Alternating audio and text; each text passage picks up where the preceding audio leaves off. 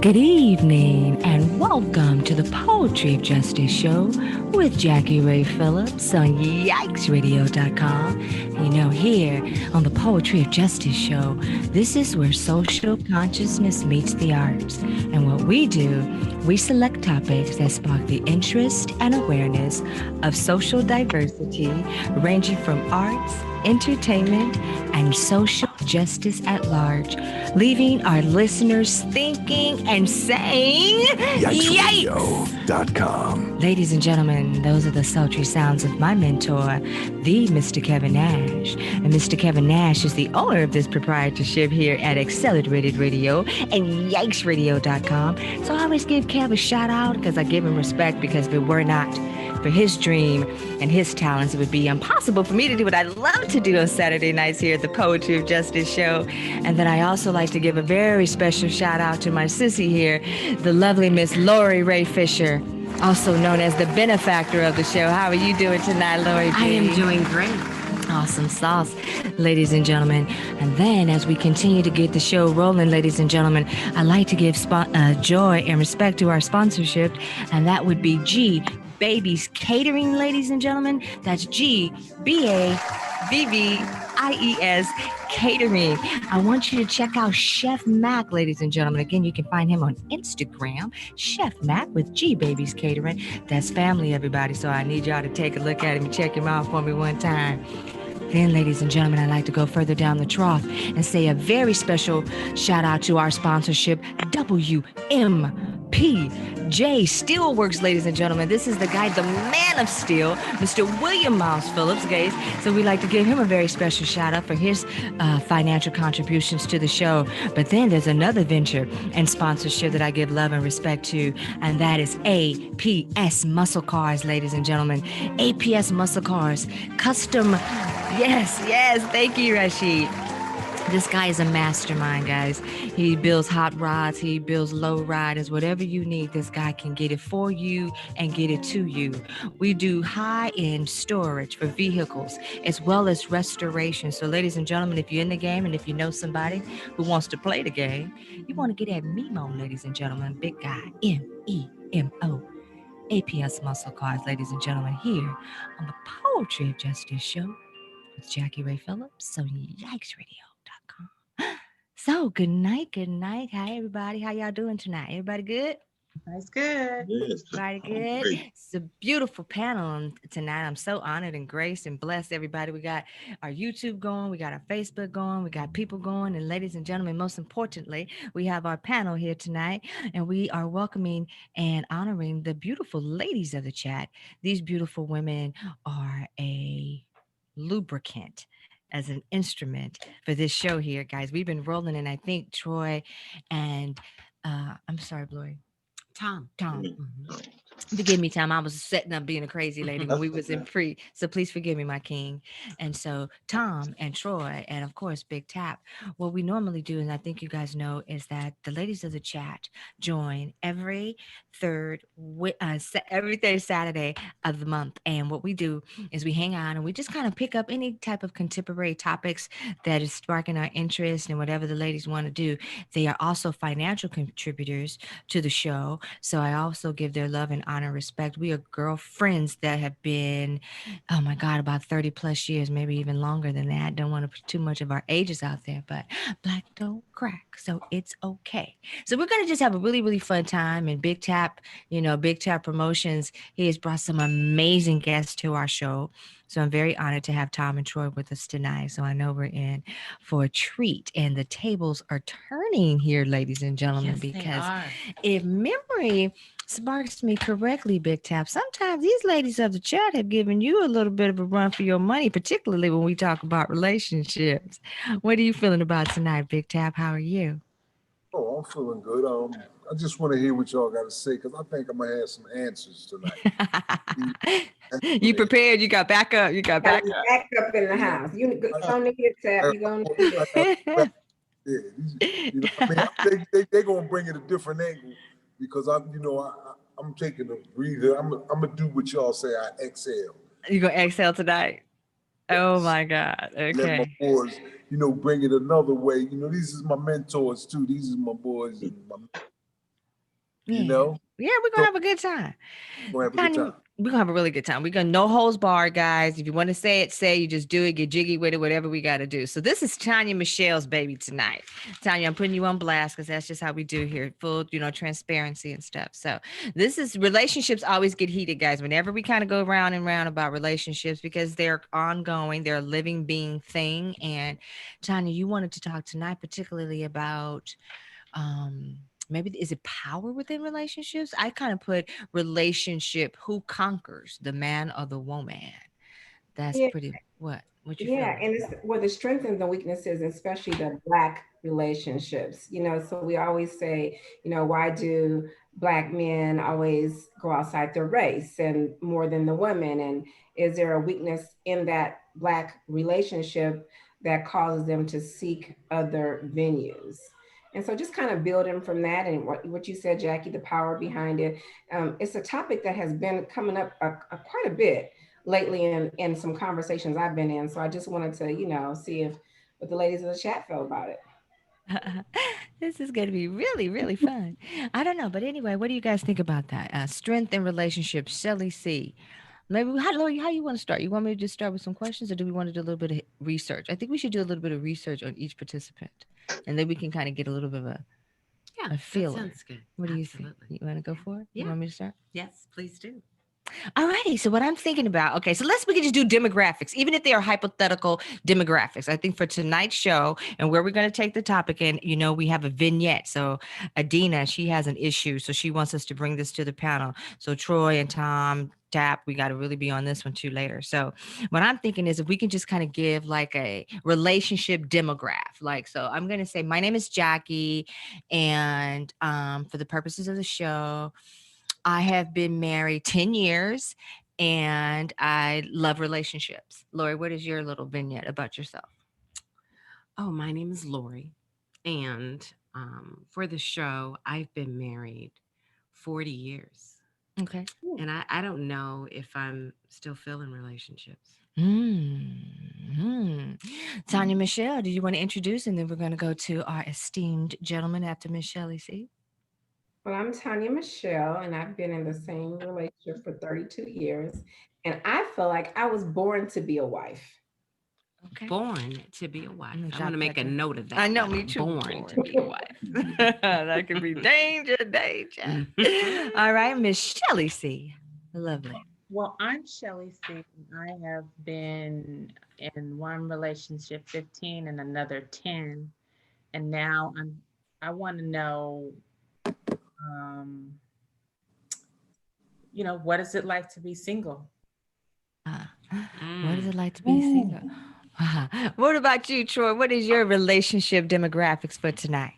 Well, I'm Troy. I've never been married, but I do have 6 brothers. 5 of them been married, so I know a lot about marriage, and that's probably one of the reasons why I am not married, because I've seen what they gone through, wife after wife. Now, pretty short and simple. Maybe I have not been married, but I do have a lot of knowledge about marriage because I do my studying. I make sure I study before I get into something like that. But I'll leave it at that, and we'll just save the rest of the show. That's it. Okay, Tom. My name is Tom. I'm currently married, been married for 10 years. I was married before and got a divorce. So relationships are interesting. I'll just put it like that. They really are. They really are. They are interesting. Now, Tanya Michelle, how do you feel about power? Tap. I'm sorry. Oh, Tap. I'm sorry, Tap. How you doing? I'm Tap, Big Tap, and I've been married 20 years. I'm separated now, and relationships are nuts, right? Right now, relationships are crazy. I don't know what this world is going through, y'all, but I think tonight y'all gonna help me try to figure out what's going on here, because I think some craziness is going on in relationships nowadays. Okay? All right. Craziness. Go ahead, Lori Jean. And we have Rashid, which is our millennial of the panel. Hi, Rashid. Right. Hi, my name is Rashid. I've only been in two relationships, never married, but just more or less trying to find that right person. Yeah, right person. Okay. All righty. Tanya Michelle, you go for it. We got a situation. Go ahead. So I think I'm just going to shape the context of the conversation that I was having within the last couple of weeks. Just some coworkers about, with women liberation, really being pushing the scene. Has that changed the dynamics in the marriage compared to the way it used to be back, when our grandparents and stuff was coming up, and has that caused a different energy within the marriage and caused some weaknesses according to the panel? What do you guys think about that? And where do we stand? Well, we'll start there. So what do you guys think about that as far as has women liberation really changed the dynamics in a relationship? And we're talking about African American relationships, and made it better or made it worse? I think Women want me to liberation. go first?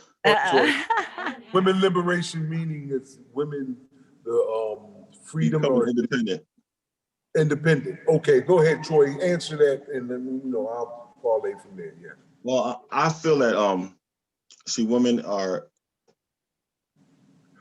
I believe a man should be a leader of the house. First of all, she asked about. I think that was one of the questions: who should be head of the house? I'm an old-fashioned guy. I go by the Bible, and I believe a man should be a head of the house. Now, with this new woman independence, is it's like role reversal. Mostly the women are more of the right now with the Black family. The women are more empowered because they have more economic control as far as bringing home the money. Some women are making more money than the men. So it's like almost like a role reversal. So that could be a problem as far as a man feeling insecure with a woman making more money than he is. So that does lead to problems. And also, if your chest is all poked out and your pride comes into it as a woman because you feel that you don't have to listen to your man anymore because he's not bringing as much money to the table, you may have a attitude that may make a man feel uncomfortable. So a man will go out there and get that little something on the street that's going to respect him and look up to him. That hood rat or something that's not as good as you, and you going to leave me for this? You're going to really leave me for this? But you look at the woman that he leaves you for as somebody that he knows that he's going to feel like a king around because he needs to feel that power. So a woman, my advice to women, you should always, even if you do have more knowledge or more power or money than him, you better make that man feel like a king. That's my advice to women. Go ahead, Tab. I'll write that down. Don't you worry Uh, about it. I think the only thing that, and you're speaking from a man's perspective, and I can't disagree because I'm not a man. But when you say listen to him, it's like you put this superiority in the man over the woman. Now I know the Bible too, and I understand a lot of things in the Bible, but submission does not mean, it says submit one to another. It doesn't say just the woman submit to the man. And when you said listen, it kind of made me like hair stand up on my back. So what does that mean? All right. Listen. You don't listen to him. It's like, Baby, listen, get in line so I don't have to it's like, beat your ass. That's what is it means. is that what you meant, or is that was just the word that came out at the moment? No, that's I don't want you to misunderstand me, but I'm gonna make this clear. A man should be the head of the household.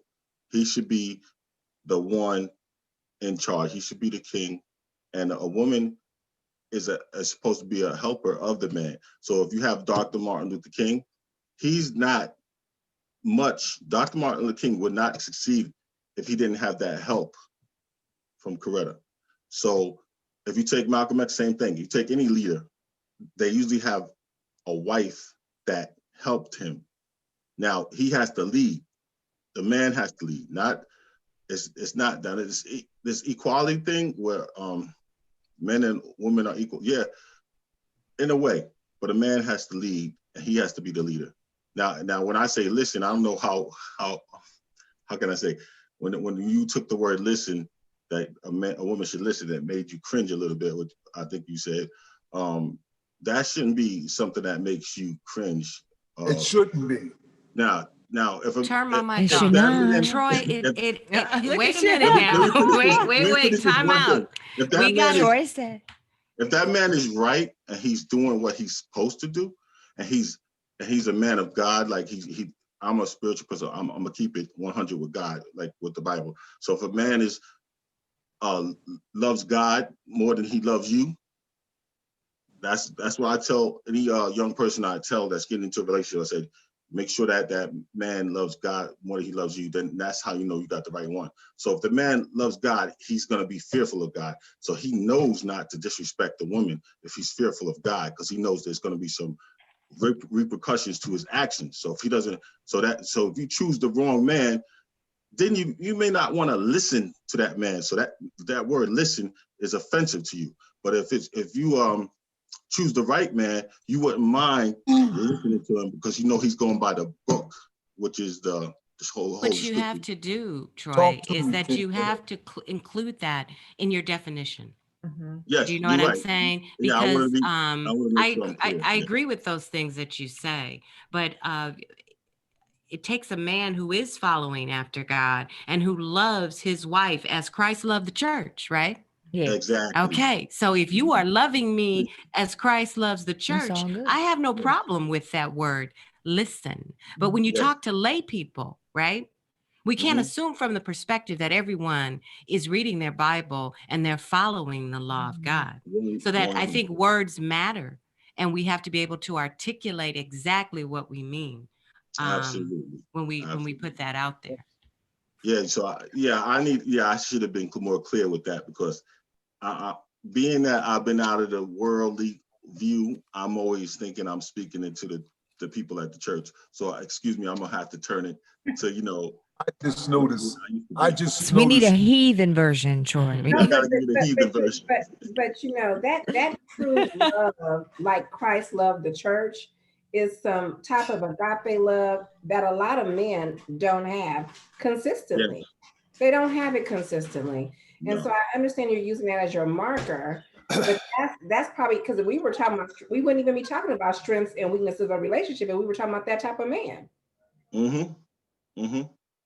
So I guess I could see that point. That should be a given, Tanya. Is that what you're feeling like? Yeah, so Depending. we're not talking about, because that type of man is not in every marriage. If that was the case, we wouldn't be at a 50% divorce rate. We wouldn't have couples that are separating. That type of man is not present. We're talking about in the relationship with that type, because like I said, if that type of man was present, this wouldn't even be the show, the topic, because we'd all be somewhere laughing and happy and listening, I guess, as you would say.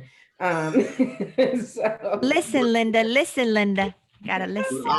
our goal is to educate the people that are listening right now. Yes, sir. And we have to set a goal where they need to reach. They have to get some guidelines. If we're gonna be talking about something, we gotta first talk about what love is. So if I go and just start talking, I'm just giving you my opinion.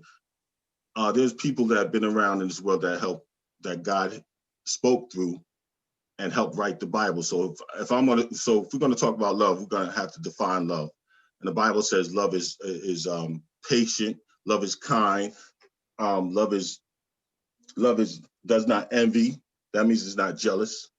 It does not boast. It's not proud. Now, if you take those four things, you can eliminate half the men that you've been dating, because there's so many men that are so boastful, pride meaning that they're not humble enough to do certain things like apologize and say. Once you see these kind of errors in a man, you should know how to, push that one aside.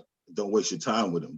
Don't date him. When you're dating them, make sure you look for these qualities in a man. It also says that a man does not have dishonor, does not dishonor others. So if is he respectful to others? If you see a man that has bad characteristics, our problem is that men and the women, they choose people for their looks and not for what their characteristics are. And that's the problem with Black people and white people too. They keep on choosing these big butt, sexy. Now, there's nothing wrong with having a big butt and being sexy, but you need to look at the characteristics also, and that's the problem. You know what, Troy? I have a definition. Go ahead, Lola.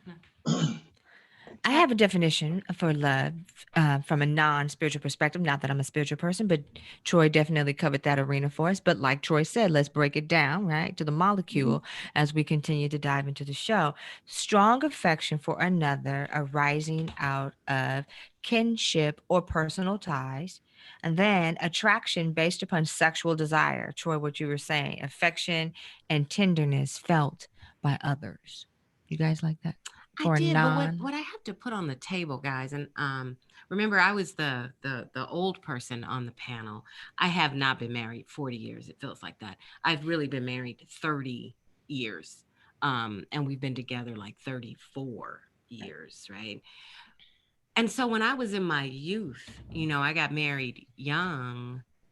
I don't know if I was really looking at all of these characteristics, and how do you account for relationships that grow and change over time, right? Because people flow in and out of these particular characteristics. Wouldn't you say that? Yes, absolutely. And I think first, when you take your vows, you're supposed to love him unconditionally. You're gonna love him no matter what. If you're really in love with a person, you're gonna love them when they're not behaving just like Christ loves you, even though you sin all the time. You're gonna have to love that person. When you choose that person, you gotta love them no matter what. You gotta keep loving them, and you're not supposed to just give up. Our problem is that we give up when the person starts doing things that they were not doing. And first they were doing things that were nice, and they would open the door for you, and they would do great things in the beginning, and then they stop doing those things. So what you need to do is talk. And what we don't do is we don't communicate, and we're not honest with each other. So when you're not honest with each other, a woman sometimes will just be mad, and they won't say nothing to you, and they expect you to figure it out. And that's a big no-no, because we're real stupid. Not all, I don't want to diss all the men, but we could be real stupid when it comes to certain things that are common sense. So sometimes if you just speak up, a woman just speaks up and tells the man, this is what you did wrong, instead of being angry for the whole night and then using sex as a weapon. And if you do that, that's another a problem that you just brought into the whole thing. What the Bible says about that. A man's body belongs to a woman, and a woman's body belongs to the man. Tom, you lost me. Tom, I need Tom to intervene. Tom, where are you right now? I see some. So, Go ahead, Tom. From my perspective, it's all depends on the environment you grew up in. So the environment I grew up in, my mother made more than my father. So that was rare for that era.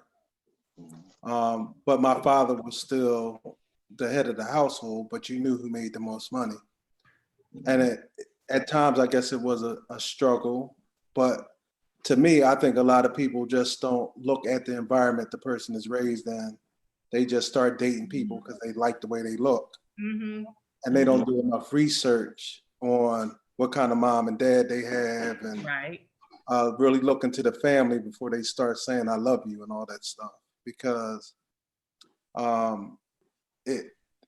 you're pretty much going to be like your family, pretty much, until you start growing on your own. You follow me? So, and it takes time. So like I always tell my nephews, my one nephew's married, he's 42. My other nephew is just 30. I said, you should at least wait till you're 40, because by then you kind of have life figured out. You have your finances together, and you're not ongoing a personal growth. And then you have, you get married too young, your finances may change, you may lose jobs, you may do this.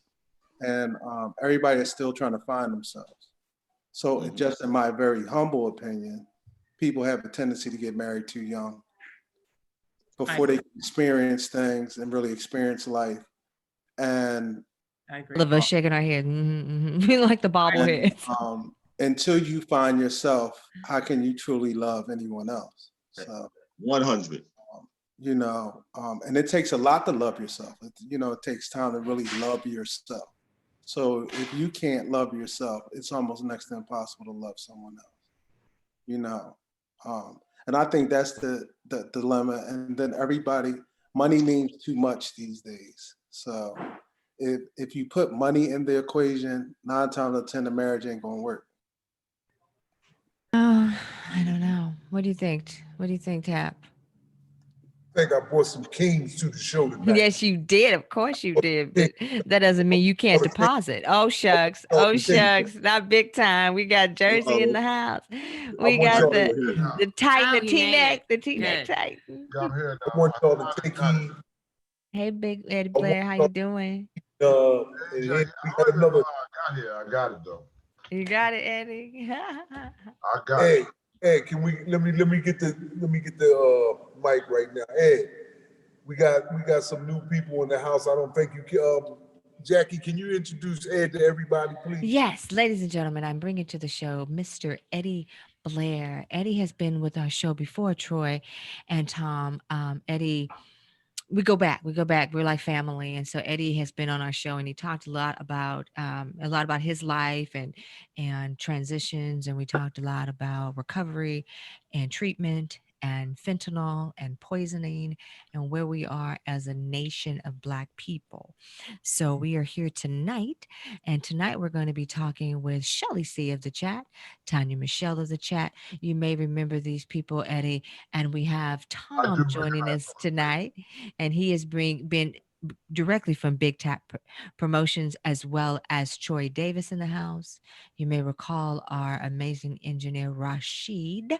He's back with us. And of course, Lori G and myself. Thank you for joining the show, Eddie. Tonight we're talking about relationship. Who conquers, the man or the woman, in your opinion, sir? Are you asking me the question? Yes, sir. Who conquers, the man or the woman? Correct. Relationships. In relationship. In And relationship. keep it 100. You know, just because some women is on, you know, tell her how you talk to them like you talk to me. Don't say. Beat better have my money. Well, I'm gonna keep it real, Tap. You know that. I mean, Yikes. You talk, it's gonna be a little different, but because it's just me and you, it's no women. Well, I have to appease the women because the women are the ones that are really the backbone of us. Those are the ones that actually are pushing us to actually strive to do the right thing for the family. Okay. Mm-hmm. We're not always home with the family, Tap. We're at work. Mm. Women's at home, or even sometimes the women's at work. Mm-hmm. Mm-hmm. Right? Right. So, it works hand in hand, because sometimes, I've been in situations in relationships where I was the one that was home taking care of the kids. Mm-hmm. Mm-hmm. Cooking food and all that stuff. I mean, Tap, keep it real with you, man. I've been in a life, so I was on the run. Mm. So I had to stay home. You know what I'm saying? Yeah. I couldn't be in the street. You know what I'm saying? So she was going out working. She had a degree, good job, all that stuff. And I had to take care of the kids and, make sure that things are right. I had been in those situations before. Mm-hmm. But I grew up in a household where my father was a disciplinarian. He was a leader. He was a man of the house. And, I always looked at things supposed to be like that. But today is a different day and time. Goes back to what you were saying, Tom, is that it is how the family dynamic. Remember, Tom, when you were saying it depends on, a lot of times those characteristics come based on how you're raised and what you've seen in the family life. And Eddie, you just hitting right on the head with that. What's up, Troy? What was you going to say? I was just clearing my throat, but since you called me up, I think I agree with what he said, but I'm gonna keep it real. I'm gonna stick with a man has to step up and be the head of the household. Now, if you take two people, you can't have, anytime you have a war going on, you have a general. And you can't have two generals. Otherwise, it's going to be conflict and you're going to go, different directions. So you have to have one leader, and that the man is chosen by God to be that leader. Now, if he's a bad leader and you chose a bad leader, you're going to have to, that's when you're going to have to deal with a person that's going to lead you astray. But as a woman, you're going to have to be helped. You're going to have to help him out and steer him in the right direction. And you got to use that soft voice. I have a question. So when does he help me out, though? He's You know what I'm supposed to. saying? I understand what you're saying. I'm a spiritual person as well. I'm gonna answer that question. But I guess the trouble I'm having with this, Troy, is that there needs to be a partnership, right? There needs but the language you have, and I don't know if this is what you mean or just how it's articulated. Your language is that there can't be two generals. There has to be one absolute, one that's going to stamp it to say this is the way that we're going to go. Yes. And so where is and then you say it's my fault. It's my fault if I picked a bad leader. Maybe he picked me. Right. Like so I just am not feeling. And ladies from the chat, I need your support. Yikes. I'm like, you are making it seem like it's all my fault that our relationship is messed up because you don't know how to lead. What? YikesRadio.com. Hallelujah. Amen. Let me answer that. So wait a minute, Troy. Wait a minute. So because I was really feeling what Tom says. So I think, Tom, what you were saying is so true. When you're younger, and you don't have experience, and then you date, you get hooked on these looks, you get hooked on sex or whatever it is you get hooked on, and then you develop into this relationship, and then there's this level of maturity or people change, and you don't take a time. Nobody ever says, look at the family, look at how he was raised, look at how she was raised, look at her, no one ever takes the time to say that. And then we end up getting a bad rep to say, that person's a bad person, that person's this person, but the person really wasn't who you were supposed to pick in the first place because you didn't know enough history about them and they didn't match maybe your history. And so to me, see, the problem that I'm having with this whole conversation, so Troy, I really like what you said, but the problem I'm having with this whole Troy conversation is, Troy, I think that you sound like you're a really good man, but until you get married, the dynamics of what you're saying is hard to live out because you have other personalities that come into that. And unless you marry in Jesus and, like that, that's the only time you're going to have some type of perfect relationship because we all have childhood stuff. We have our own opinions. And that's an honorable man to be like that 24/7. But I don't think that exists. And until you get into a relationship, shit changes. It just does. Can I say something? Yes. Is it you, Blair? I'm sorry. I just need to interject. I know what the brother's saying because I've been through that aspect too. Mm-hmm. I grew up in a household. My father was like, he was like the man. Everybody had to go by what he's saying. My mother didn't necessarily go with that, but that's the way I viewed it. Growing up and being in different relationships, I kind of understood that, it's a lot of give and take, especially when you're a man. First of all, let me just say this. It ain't easy being a man, especially a black man. Yes, exactly. In this day and time, right? Mm-hmm. Then you have to deal with your woman. Maybe you have more than one woman. You see, deal with polygamy. Right. I'll agree with that. I've been there too. But when you do get, they act like we some fucking animals. I'm keeping it real. When you let me go out here and deal with this. Let me go out here and train the tiger. When you do get to the stage and the age of maturity, and you do have a woman with you, if you're fortunate enough to have a woman with you, it's a lot of give and take. And a lot of time being a man, it's a lot more give than take. Yeah, it will. Because you've been through it. You know what I'm saying? So it's like, you ain't really sweating the small stuff. You know what I'm saying? So dealing with Black women is not easy, but I look at my moms, I look at my cousins, I look at my daughters, and I say, you know what? I want a man to treat them a certain way. Even if I wasn't like that growing up, this is the way I want a man to treat them. Because I don't want to have to come out and act out on no stuff that's going to cause me to lose my freedom. Well, check this out here. Hold up. Check this Wait, out. hold on. Wait a minute, Tap. It's time for Shelly. Can Oh, we get go a balance ahead. here? Go ahead. I'm sorry. Go ahead, Can babe. we get a balance here? Because Shelly's sipping her drink. I know she got something. Go ahead, to say. I feel it. I feel Go it ahead, babe. coming. Oh, you feel Don't it? forget me. I gotta answer that question too. No, I'm after Shelby. All right. Go ahead, Shelby. Oh, I thought you were going to ask me something. I thought you said you're after me. I thought you were saying you're going to ask me something. I just to comment on what everybody is saying.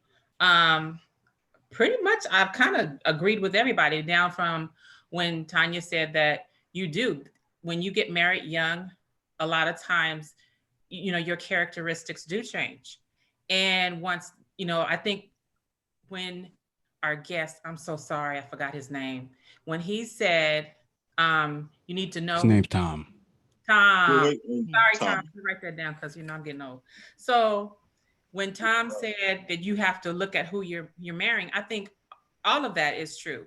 Once you get older, I think you become a little bit more secure and set in who you are. I think when you're a young person, such for example, I got married at 20. I think I'm totally different than I was at 20. I'm totally different than I was at 30. And when you get married that young, your characteristics do change, and you have to change and grow with each other. And sometimes you can change and grow apart. So you have to really be careful when you're younger versus when you're older. For example, now I'm very secure in who I am and what I want to do. And what I'm looking for. And again, it goes back to the characteristics. The first thing I look at, I'm not going to have any more children, so I don't really wonder if they family crazy or not.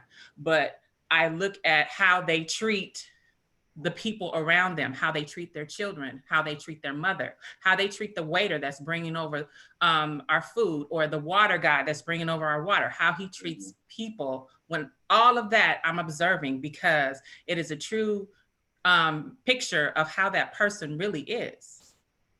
And so, like I said, everybody has had something very interesting to say, and I do agree with it. And the other thing that I really do agree with, and I think because I'm single and this is what I think about now, it's impossible not to please me if you're not pleasing God.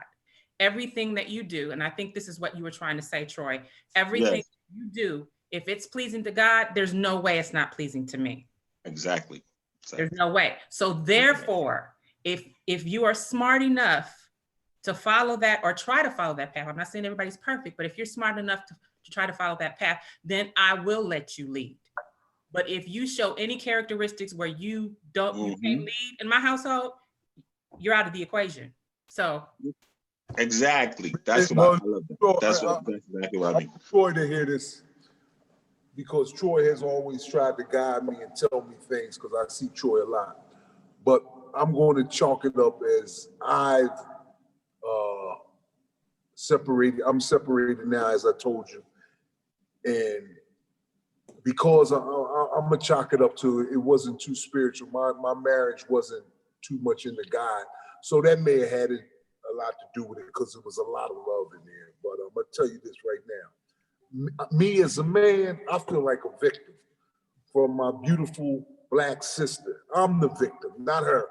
I'm the victim, and that's the way it is. That's just the way it is. I know y'all might think like, damn, I know that if you want to say I'm a complainer, if you want to say whatever, I was doing the right.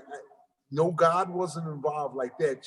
My wife went to church sometimes, took the kids, but me personally, I was just bringing home the bacon and doing what I had to do for the kids and everything.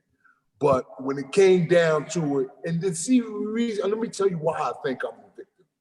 Because she waited 20 years to leave my ass. You could have left me after 2 years, 3 years. Plotted. You think she plotted that? 20 years. No. You stayed with me for 20 years, then left. I'm bitter. Right, because What's up, Tom? Look at Tom. Now, you know, tapping in like what I said to him, my advice to him was completely opposite of what he did. I tell, now this is what your woman gonna like to hear. Like being that the man is the leader, the man is in charge of the relationship. When the relationship goes bad, it's 90% of the time it's cost the man. Now, I'm not talking about if you chose a hoe on the street and you brought her and made her your wife. He said not a hoe on the street, not a $2 hoe from Bushwick. Yeah, we're talking about the good woman. The good woman. That's the Jezebel. This is what, first of all, I listened to Dr. I want you to write this name down. You probably know it already, but Dr. Miles Monroe is a guy who he's my mentor. I listen to him a lot.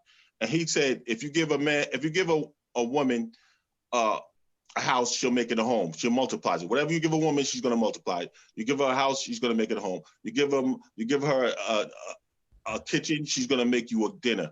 You give her stress and hell and mistrust, you make her feel jealous, she's going to give you hell. She's going to multiply it and give you hell. So you got to make sure that a man is responsible for keeping the household happy. Every word that he says, a woman takes that word and it's an experience. It's not for, if I say something to Tapper and I use words and I call him an idiot or I call him a fat cow, he'll rationalize that and say, I'm not a fat cow, I'm not a cow. So he'll just dismiss that. You say that to a woman and it's an experience. She'll hold that. She'll hold that word. Those words stick to her. That's what we got to understand. That men are different. But words stick to. But you know, I think I'm having a little problem. Men are a little bit. I'll speak for men. Men are different than women. Troy, I think that what you're saying is right, but I think some of what you're saying is true. But when you generalize it to women only, I think words stick to anybody. Okay. Yes, that's true. So when you have this little dominance or something. I don't know what I'm feeling, but it's a little edgy. That's equity. What you're feeling is inequity. Yeah, that's what I'm feeling. You're feeling inequity. That's Lori's is right. I'm feeling inequity. And I think that's where the concern comes in, because just because I'm the woman, to me, it's like you're saying I'm the weaker vessel and I say stuff to me and hurt my feelings. Well, I can say stuff to you and hurt your feelings too. So everybody has feelings. And I think the thing that we realize is that everybody comes with, everybody comes with their own package, their own insecurities. And I don't care how much God you have, if you don't have, God got to help you clear all that up before you get in a relationship, because that's what makes your past endeavors and your past hurts and all your perceptions of life and whatever that comes into a relationship, or your expectations in a relationship. You know, all those cause relationships to go bad if you don't get those under control. And then God on top of that makes it better once you get healed. But there's a lot of people that got to get healed in relationships, and that's why they go bad, because they have so much shit going on or so much baggage and expectations that they don't know how to work around it. But you know, I just, you know, as we continue this conversation, Troy, I just be a little bit more appreciative if you're a little sensitive, you know, like, you know, if you have some equality in men and women. Maybe you could. Well, I could take that high. I could take that high. What'd you say, Blair? What I want to say is, like, this is a great conversation, because relationships can be very difficult. It can be very difficult. Well, you almost nearly impossible. Not just relationship with men and women, relationships, period. In general, right? It's difficult with a Black woman, and we ain't got back to that yet. Who said that? Who was that? Troy, Tom? Who said that? Troy, Tom? No, they said dealing with the Black woman. So that's our next venture. That was Blair. Yeah, we have Eddie. Hold on. 1 second. I remember you. We're gonna go into the next venture is dealing specifically. The Black woman? The Black woman. Talk about all that. Isn't like the Black Panther, the leopard. Everybody here is Black. I got something to say about that too. Huey P. Newton. But I think the biggest problem go ahead, Tom. just happened right on the panel is that you ladies have a certain viewpoint, but there's probably tons of ladies that want a Troy. They want somebody that is going to do all the things that he says he's going to do, and they're going to be happy with it because they may have been raised like that. So they want someone that's going to take the lead and be dominated and then tell them everything to do and guide them, and what he says goes. But that really comes from how you were raised. It's kind of household Troy was raised in. So that's what he's bringing to the table. So I don't think you can hold anything against him for him stating how he is, which is Absolutely cool. not. Like, No, I think I would. the Well, let me only make thing one I thing clear. have is qualifiers, right? Because just as you say, Tom, there's a woman out there who appreciates and wants to follow that. There's also women out there who don't, right? right. So But the you wouldn't be in language a that relationship with him then. right, but what I'm saying is that's a part of the relationship, right? Is Well, that I you have to find that symbiosis where those pieces fit. So, but I mean, I'm just saying for you in general, that you would be able to pick that up right away. So that's someone that you wouldn't date. Like you may go on one date with them. You know, I think when I rewind to my 20s, no. No, I'm just saying. I'm not the same woman at 50 that I Right. was at 20. Yeah, well, I'm not saying that. All I'm saying is that I think the problem is because, everybody's looking for somebody, I guess. I'm married, so I'm cool. But if you're looking for someone and you meet someone and you like the way they look, then you date them. And then if they don't fit your characteristics because the way you like their look, you stay around, or whatever else is going on. Where you don't make that decision, well, nah, dude is dominating, so I don't want that type of guy. And you can pick that up after the first date.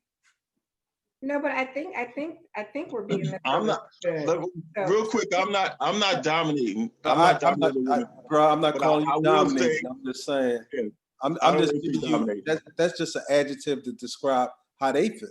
Yeah, Feel me? No, I'm just saying that a man is a leader, but not a dominator. We're not going to take you by the hand and grab you and just drag you like a caveman. A man, let's just talk about what a man's responsibility is. A man is a provider and he's a protector.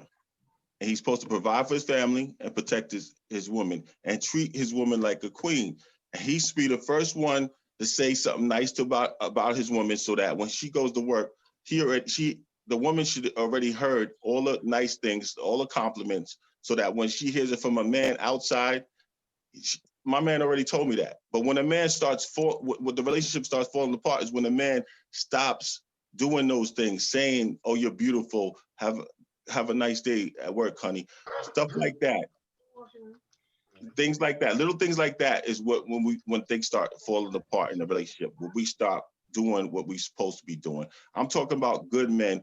I'm not talking about that bad guy that you don't want to follow. You should want to follow a good man.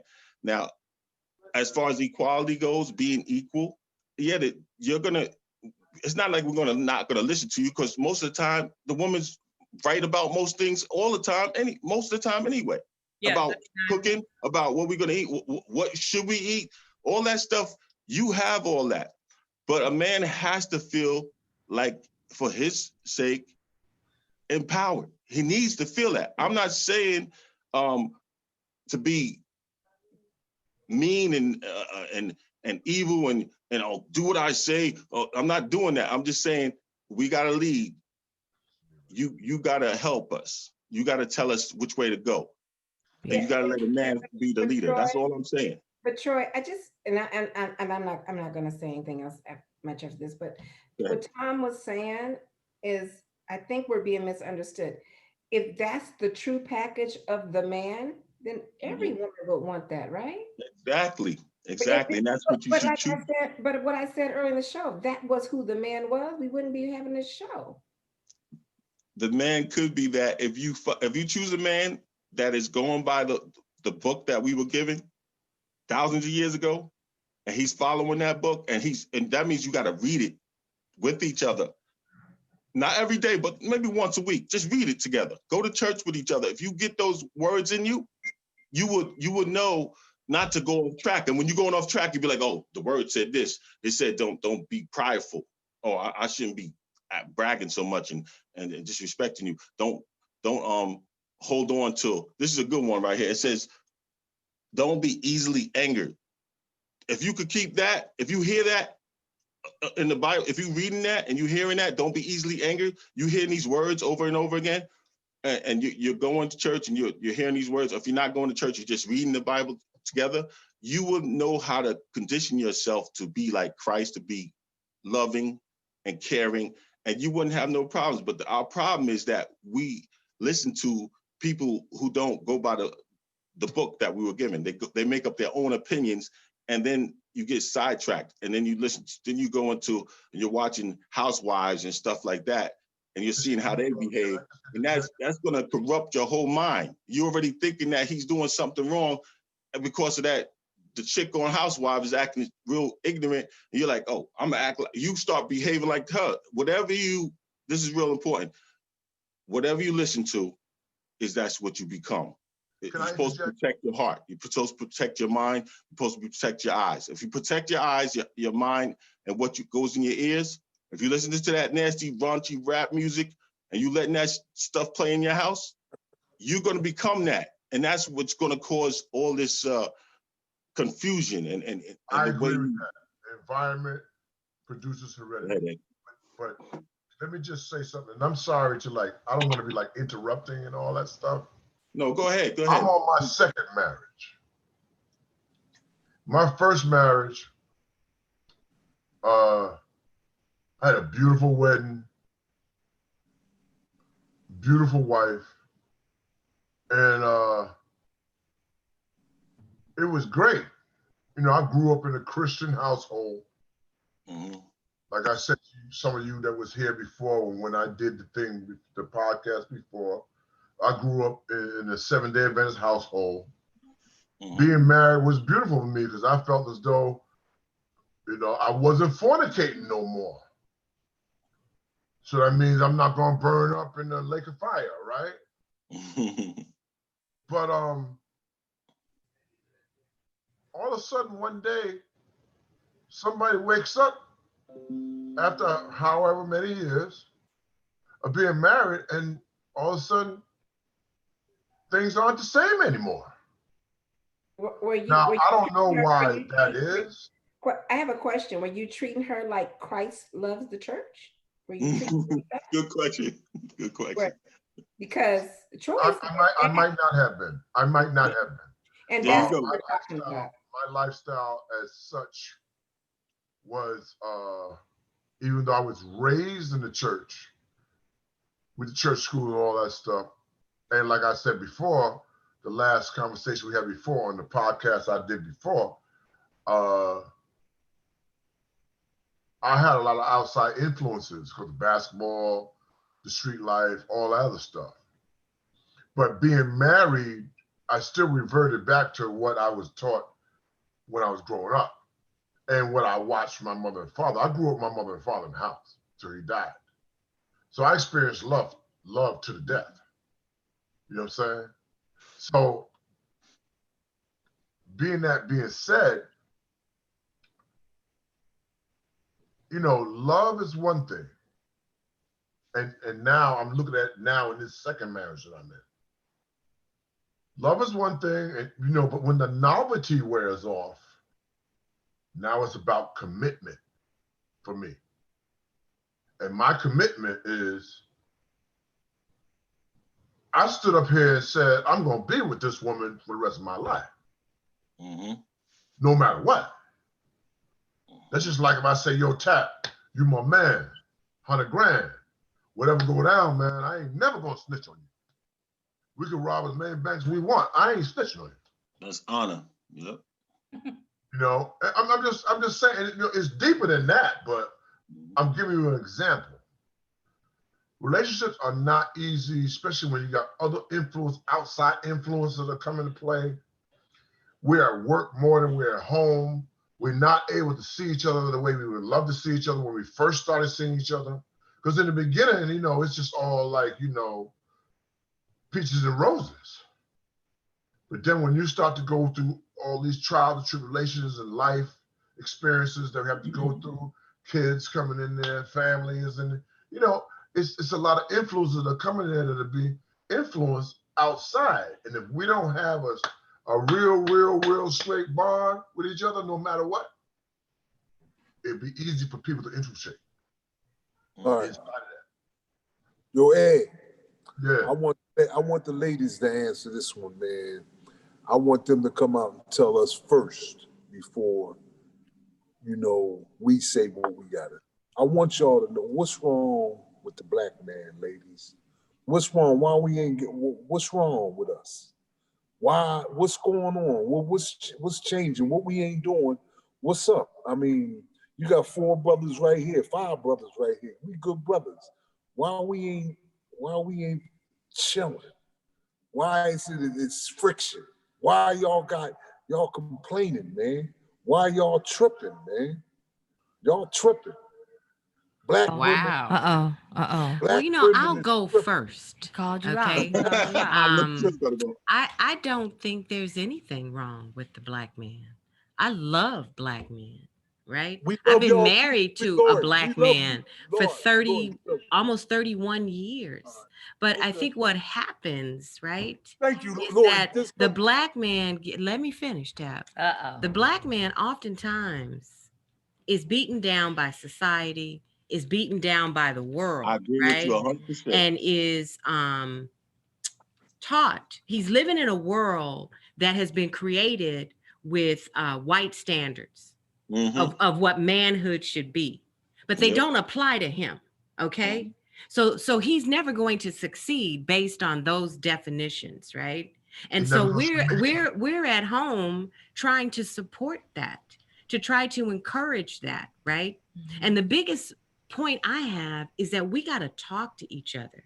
We're a team. We got to communicate back and forth. And so in my opinion, with a lot of black men, they internalize, they strap on shit and just keep forging ahead. Just keep forging ahead, right? I do that. And then it's like, hey, I'm growing further and further away from my girl because my girl think I'm cheating. My girl think I'm this, because you don't talk to your girl. You don't let her know what weight you are carrying, right? So this pick yourself up by your bootstrap shit don't work for us. That's all I'm saying, Tap, is include us in the conversation, which is why I was coming at you, Troy, not in a bad way, but in a talk show kind of way, right? Because you got to have something to talk about on a talk show, is that I agree with all of your points, right? But the one thing that we've got to insert in there is I am your life partner. If you were doing a business deal, you wouldn't make it without a conversation with your partner. Never in your language though, never in your descriptions do you say, and this is just what I hear, ladies, you can back that up, that I need to talk to my partner, that I need to let her know where I plan to lead us. I need to get her to weigh in on the direction that I want to take us, right? And I think we have reactions to that. That's what I exactly mean, but I just narrowed it down to one word: helper. But that doesn't mean that she's just going to be like a slave or anything. I told you, a woman makes mostly the decisions of every household, but the man still has to be lead. And you know that you pretty much run the household. If you live any woman, I don't know too many women that don't run the household. I have 6 brothers, 5 of them married. Their women run the household now, but at the same time, I know women who don't run their households. I know women who are with men who are abusive and they don't run their households. Yeah. Well, see, that's another thing. We're going to leave these bad examples out. We're talking about us here. We're not going to bring up like I said, we're not going to bring up the whole that's shaking a booty on a vine. We're not talking about that. We're talking about good men and good women. We're not going to bring up those bad men that are abusing their wife. That's a whole different subject. I'm not an abusive man at all. First of all, I only like Black women. Darker the better. Ever since I was a little kid, in 70s, I was in love with the 70s because I only like girls with afros because maybe from what's happening, Shirley, I love Shirley, even though she's not attracted to you, but I loved her afro. So I'm all loving a Black woman. Now, what Tapper said, I gotta get real quick on that. It's really reversed because the white man, the Black man is going to the white woman. The Black woman is more loyal to the Black man than any other race. They stay with us even though we're in prison and we're going through all this trouble. We cheating and we go to other white women. There's more Black men going to white women than there is Black women going to white men. It may be changing gradually, but that's just, if you go to statistics, you can look up the statistics right now and you will see that. And the reason why this is because Black men and Black women, or Black people in general, and especially in America, their minds have been polluted. They don't know that they're beautiful. They've been told that their hair is not beautiful. For someone told a Black woman their hair is not beautiful, you should straighten it. Someone told a Black man that a light-skinned girl is more prettier than a dark-skinned girl. Me, I always loved dark-skinned women. But the media, I felt myself out. I'm the odd man out because most of my friends, they're like, this is beautiful. But I'm like, no, that's beautiful. I'm more attracted to that. And that's due to the conditioning of the media. The media has brainwashed us to think a certain way that we're not beautiful. We've been brainwashed that with this mind control. If you watch any TV show program, that's why I turned off the TV in my house. If you watch any TV program, they depict us in a certain way. The Black man's a thug. Denzel Washington has to win the Oscar by doing what? Playing the thug. Halle Berry had to be a person who had a wicked porn scene to get her Oscar. So they depict us, and this is run by Jews, by the way. I don't want to go into the conspiracy thing because Tapper's going to get mad at me because he knows I'm going to go deep with that Illuminati stuff. But they are the Black man and the Black woman, the Black family is attacked. They're attacking us. Historically. But can I just add something? So Go ahead, Tanya. I've been listening to everything, and I think this is where the concerns come in. So we go back to slavery, and we go back to just generational curses and the image of the Black man. And when the Black man really was, so I believe in being a submissive wife. I have no problem with that. When my husband is acting in a way that makes me feel comfortable submitting, I don't have a problem with that. The problem is, I think the Black man has not gotten accustomed to a woman being a little bit more liberated, right? We were raised with the mother not working, the father at home, the woman had no position in the household, and she got tired of living off of $2 or whatever he was or was not giving her. And she decided that she wanted to go get a job. And no one really taught the men, how do you inculcate that into your relationship now, right? So we have men living from the old premises that women have a certain role. And to me, that role would be okay if I wasn't working. But if I'm working every day and I'm coming home and we got more responsibilities, then we got to figure a way to share those responsibilities. And just because you're the man doesn't mean that you don't do that. So I think it's that dominance from slavery, the mentality from slavery that has especially stuck with the Black man, that they don't know how to communicate and partner with the woman, like Lori was saying, but they want to dominate over the woman. Now, we're not talking about the agape love, all you're talking about, Troy. We're talking about the average man, right? Because as we heard earlier, Blair said, Black women are difficult. Are we difficult, or you just wasn't raised seeing a Black woman with more independence, a Black woman that has some thoughts, who really wants to Blair? Huh? Did you say Blair? Yes. Yeah, I didn't say Black women are difficult. I said relationships are difficult. No, you said Black. No. You Yeah, said you did say that. you did say that. Dealing with He black probably didn't women mean is it. difficult. Troy said he may not have.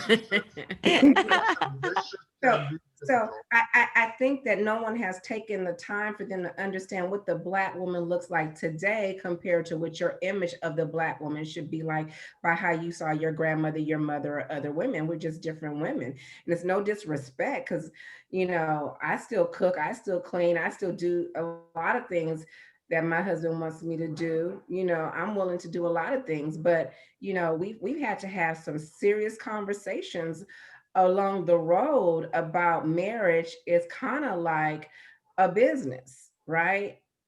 Yeah. You got to reevaluate this contract and set some achievement goals in it every couple of years. I agree with you wholeheartedly. I'm single now. I'm gonna get me a snow bunny.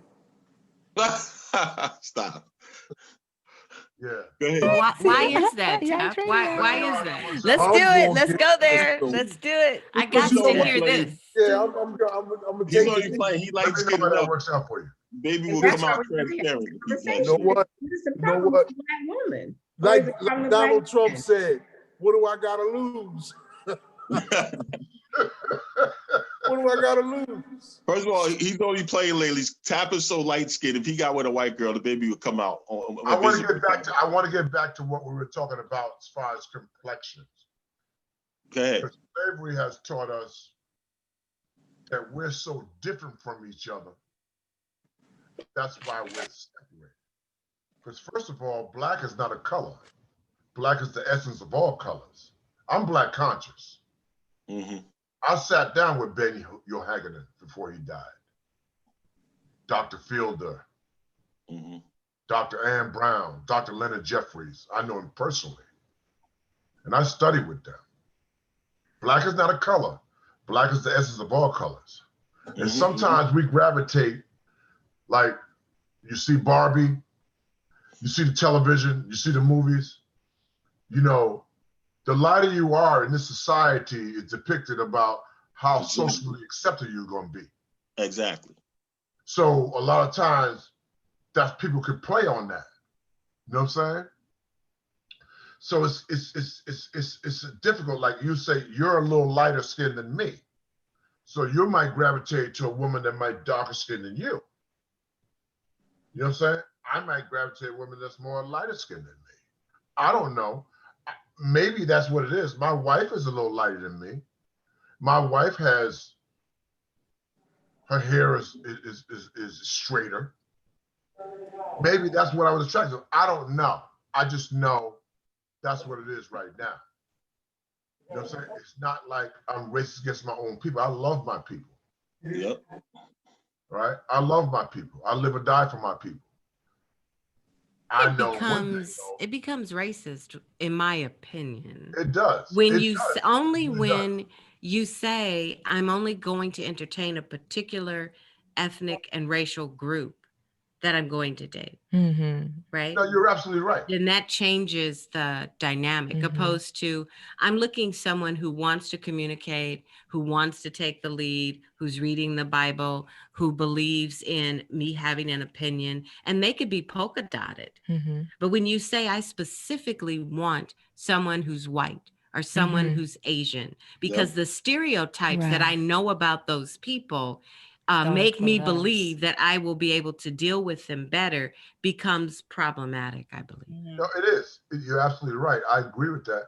I mean, for me personally, I mean, I play ball overseas. I've been a lot of different places in the world, and I've dealt with like women and men, you know, women mostly, but I believe in people.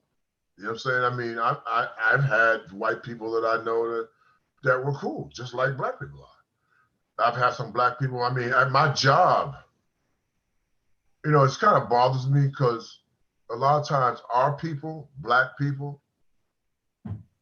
to me, we seem to be so against each other for some reason. And to me, it's kind of like, you know, I'm wondering why, but I already know why, but I can't do anything about it at the time because I got to do what I'm doing on the job. You know, I got people on my job wondering, well, what is Eddie doing? Well, what are you worried about what I'm doing for? I'm not worried about what you're doing. But again, we're so against each other, we can't come together on anything. We can't come together on anything. If I may interrupt, and it's not true, but it's not a true story. But they said that Willie Lynch his goal was to set a man against a woman, the old against the young, and to divide us, to divide and conquer. I read the book by Albert Morrow. Yeah, this is a divide and conquer thing, and I keep on. I have to stress that it's what we watch every day, and if you keep on watching these shows, it's designed to separate the black and the black male and the black woman. Even the system itself, the government system, the welfare system, social security, social services. So if you get if you look at, remember James Earl Jones in the movie Charlene, Claudine. He had to hide in the closet because they made sure that a man is not allowed in the house if you get that check. So they put the woman in power by giving her the money, and the man has to, even though he worked, he has to hide in the closet. They didn't want him to be married. If you married, you couldn't get that check. So that separates the family. That actually curses the family. The connection of the family. You need to be married. It's very important that you. Did you read the stop book having those by Albert Morrow? Go ahead. Can you give us some give us some history on that, if you will, Eddie? I read the book Willie Lynch by Albert Morrow. You know what they did? Go ahead. They took a horse, right? I know this story. Go ahead. They took a horse and they fed the horse. They fed the female horse so that she could see that her children could eat out of this guy's hand. So they would eat out of his hand. They separated the male from the family. They separated from the family. The other thing they did was, I'm 6'5", 300 and change. Big dude like me, they took me in front of the whole group of slaves. Mandingo. And they tied one leg to one horse and one leg to the other horse, and they split me in front of everybody. Yep. Everybody. And did it with a pregnant woman too. So they put that in our minds. If you don't listen to us, this is what's gonna happen to you. So that just kept going on to now. Could you imagine a pregnant woman being split by horses and the baby come out the stomach? Can you imagine that? I can't imagine it. But just thinking about it makes me cringe. And then that's the foundation. Even though that stuff was long ago, he's missing. I want to add to that. They would, that paper bag thing that they used to take, the brown paper bag, the light skin against dark skin. Yeah. That stuff still resonates to this day. It still applies today, because if you look at, remember Spike Lee's movie, Good and Black Hair, whatever the song was. That movie right there showed you how school days we still are. We're still ignorant. We separated from the shades of our skin. We treat each other differently. Divide and conquer. Divide and conquer. But that's the premise of slavery. Yeah, that is the premise of it, right? That's just like even before slavery. That's how they went to try to rule the world. Get these people against each other, then we'll come in and we'll be, you know what they do? Even in LA, when I lived in LA, Lori and Jackie, when I lived in LA, you know what the police used to do?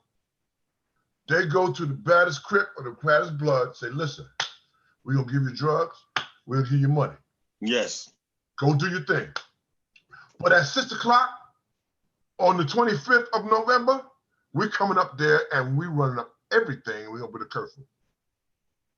That's what they do. Divide and conquer. I've been involved in that. But a strong person, they can't divide you. They can't divide. Look, man, people. You gotta be more than one person, Tom. My own people try to divide me. Look, me and Tom grew up. Me and Tom, this brother right here, Blair. Me and Tom grew up. Man, listen, we've been going through so much adversity. Listen, that brother dark. Yo, I'm more nigga than Tom. You know what I mean? That's my nigga. You know, I'm the black one. Even though I'm like, You see what you called me earlier? That light skin. I mean, Troy said this light nigga. Yeah. Listen, I'm darker than you, Troy. Yeah, sometimes it is that way. Sometimes it is that. Sometimes the darker the brother is, the more he wants to be so appreciated by white people, so he acts a different way. He carries himself a different way. And a light-skinned person like a Malcolm X, he's like, they know how their skin got that light, because they know that part right there, Troy. Listen to this, Jackie. Me, right? I got problems the way I look. You know, they used to, back in the day, I used to thought I was handsome. I thought I was one, you know, light-skinned dude. Always the girls used to like the light-skinned dude. My man right here, Tom. Now he think he a dime. Tom is a dime. Chocolate is in. Tom tell me all the time, man, you know, I'm a dime. You know what I mean? That's my boy. He give me inspiration. And me personally, I said, nigga, you ain't no dime, nigga. You some black. But that dude really think, and guess what? Tom, the Michael Jordans and all the dark-skinned brother get it. When we was younger, we used to get all the women. All y'all sisters, y'all ain't even looking at me no more. Tom is getting all the women. But I dealt with it. And guess what? I still love this nigga. If he getting, because what, you know what? Whatever woman he gets, I'm getting. Because he gonna give it to me. He gonna give it to me. Just like Ed, y'all don't know us brothers, y'all sisters. It's hard not having you 100 like I got my brothers. These brothers here, all four of these dudes, I got these dudes 100. These dudes got my back. I need my sisters to have my back like that. I need my sisters to have my back like that. I love all y'all, but I don't feel as though the sisters got my back. And I love all y'all. And you know what? I was lying about the white women. I'm just bitter. I'm mad because my sisters ain't. You know what I mean? Oh, you just throwing smoke screens. Smoke screens, Rashid. That's all. I'm getting a chance, but you know, shit ain't happening. You know, Lord, I need y'all, Lord. You can't turn your back on me. Yeah, but Tap, I bet you if you go back and you look in your marriage, and please, we don't need to know the detail. I bet you go back and look and you say, there's some things I could have done differently. There's some things she said that I wish I had listened to. And it's you know, I think the opportunity in our relationships is to be able to do that concurrent to the relationship, right? There's some things tonight, Tanya, that we said. So concurrent to the relationship, if we can all do that in the presence of the relationship, it makes the relationship better. More than likely, we retrospect, we may grow from it, whatever, but the work is in the relationship. And so for whatever reason, you didn't want to give, or you didn't want to listen, or you didn't want to do this. And now that the relationship is over, you angry at us. But I'm sure along the continuum, your wife says some things to you to say, this would make me happier. This is what I need. This is what I want. And maybe you didn't want to do it for whatever reason. And there was no good communication stream for that. Right. And so I think in all relationships is to work it out concurrently so we don't live with regret. That can't be one way. Yeah, a lot of things I picked up from everybody here tonight, Tanya, that I realized, and I kind of knew, but it confirmed it. It's a lot on me, but I'm just saying, you know, right now I'm in that dating game. I'm dating. I'm going out with sisters, and I'm back in the. That sounds fun. Is it fun? It should be fun, right? I want it to be fun. I want it to be fun. It should be fun. We don't want. I'm going through. You gotta make it fun. I'm going through some hell with this dating shit. Oh, give us the 411. Okay, you know what, Jack? Yeah, I'm going through some hell. You know what? It's hard for me to talk to y'all about that. I got to talk to my brothers about that. I can't talk to the sisters about that. That's another Zoom meeting. Not on the Zoom. Not to our panel. Not to our fans. But Tap, honestly, I hope that you really heal before you start dating, because we don't want the baggage left over from your old relationship in this new relationship. Tanya, you know what? My brother right next to you, my man, on my screen, Tom is right next to you. Tom told me the same thing. He said, Tap, You ain't ready, homie. He said you ain't ready yet. Nope. Well, see, I'm interested. Shelley. What does the dating scene look like in LA right now? Are you dating? No, COVID is running too. I don't blame you. I'm COVID conscious. I can meet my prince after COVID is over. Okay. Right. COVID is over. Good idea. You know, Do we have to have like the COVID results before we I like. get together? no, I just needed to be kind of like gone. You don't have to tell me no tests or anything. I mean, in the where we live in our No longer in the atmosphere. yeah in our community when you know in our country when it gets. Has everybody been tested? I just got tested the other day for the first time, and I work at a hospital. I just got tested the other day. I ain't get tested. Has You anybody got been tested, Troy? I haven't been tested. No, I had it in me and Tap had it around the same time. I had it in May. I think it was May, and I know what to expect from it now, and I think they're more prepared for it. But it's something that you definitely don't want to get. I think God was testing me on that one because I was not acting like I was supposed to be doing, like doing what I was supposed to be doing. So my testimony quickly is, it was pure hell. I remember fainting in the shower. I remember after 2 weeks after, I remember still having pains like in my feet. It felt like my feet were like real sore. It was such crippling. I could see how people could die from it easily because I didn't sleep for like 3 days. So COVID is not something we want to play with. I think for me, I think it was an attack on the black population because a lot of black people died from it, and biological warfare is a thing. But we don't know too much about that. I can't prove that, but I do know that something that you don't want to get, COVID-19. Troy went through. Troy was on the ventilator, or almost got to the ventilator. They told me to quarantine, but I tell you what, the thing with me, COVID was so deep that after the doctor told me, I ran to the doctors. I'm a hypochondriac though, but I ran to the doctors 4 days in a row after they told me to go home. I don't have a fever, quarantine. But the way it was attacking me at night, it was like it was some type of energy in my body. You know, I was freezing my feet. It was the craziest energy. It was like a flu, but it was 10 times worse. So, well, do you guys have any pre-existing medical issue? Absolutely.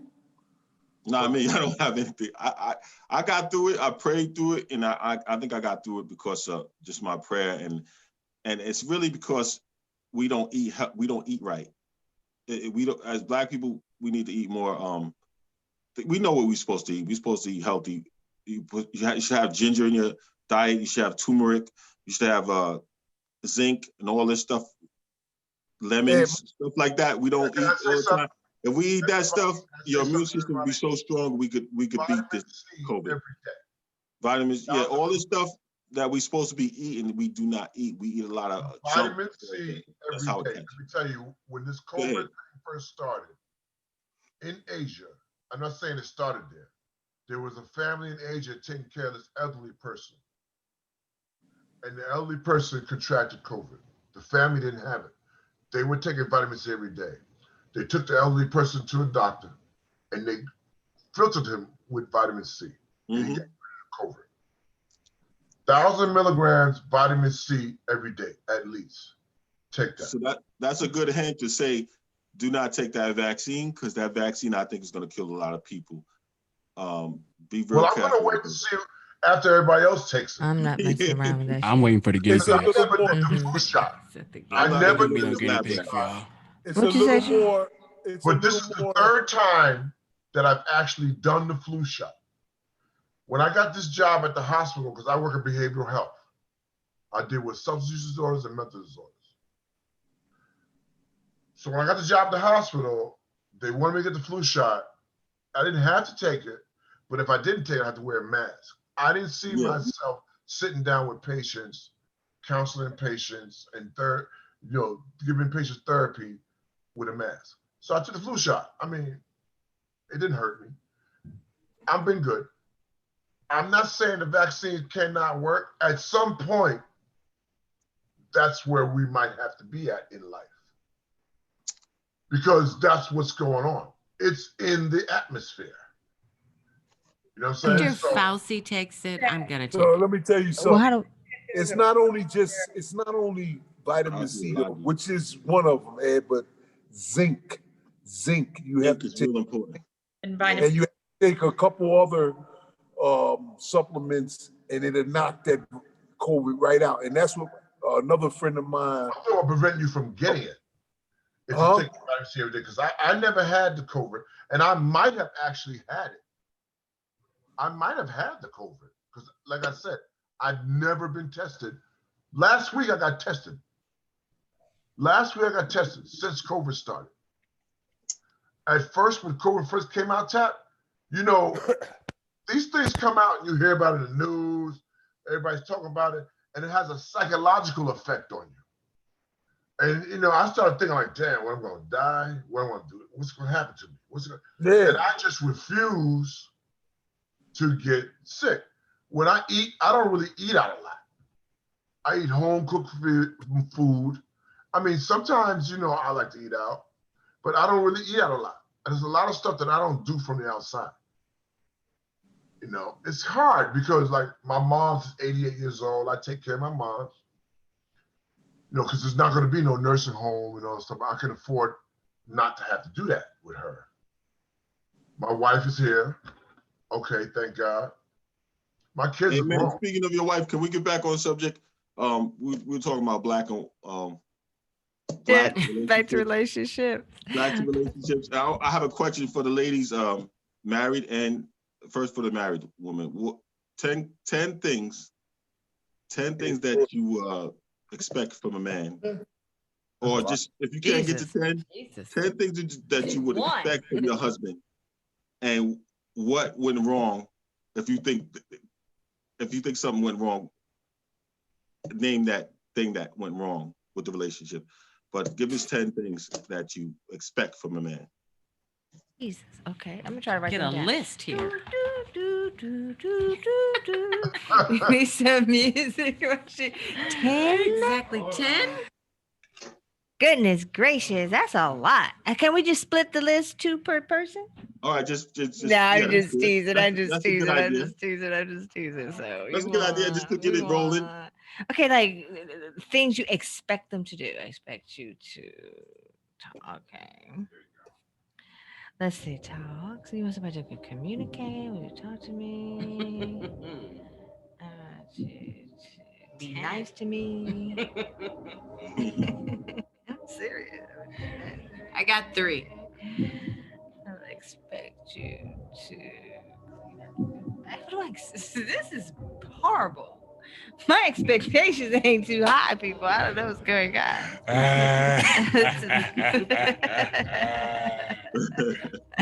I've got problems, Rashid. But did you I've got like a couple before things. Troy in one of your classes or something? This is, I know, 10. When I'm teaching the kids, teenagers, I kind of 10 things. I'm tired. Yeah, I throw this question in.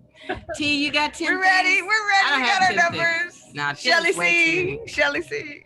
Only someone not married would ask for 10 things. I don't know. I could just. Troy, you're not married. That's I don't know. You got me. Troy's not married. Troy's not married. No, but sometimes when you're married, you expect certain things and you're not getting it. No, but I'm asking you a question. You're not married? No, I'm not married. Before. Have you ever been I'm not rushing to get married, but I'm not married. And I'm not with nobody. 1, 2, 3, 4, 5. Have you ever been married? No, I've been in long relationships. I want to make sure that you know I never cheated ever once on Look, any. I split the difference with you, Troy. I don't have 10, but I got 6.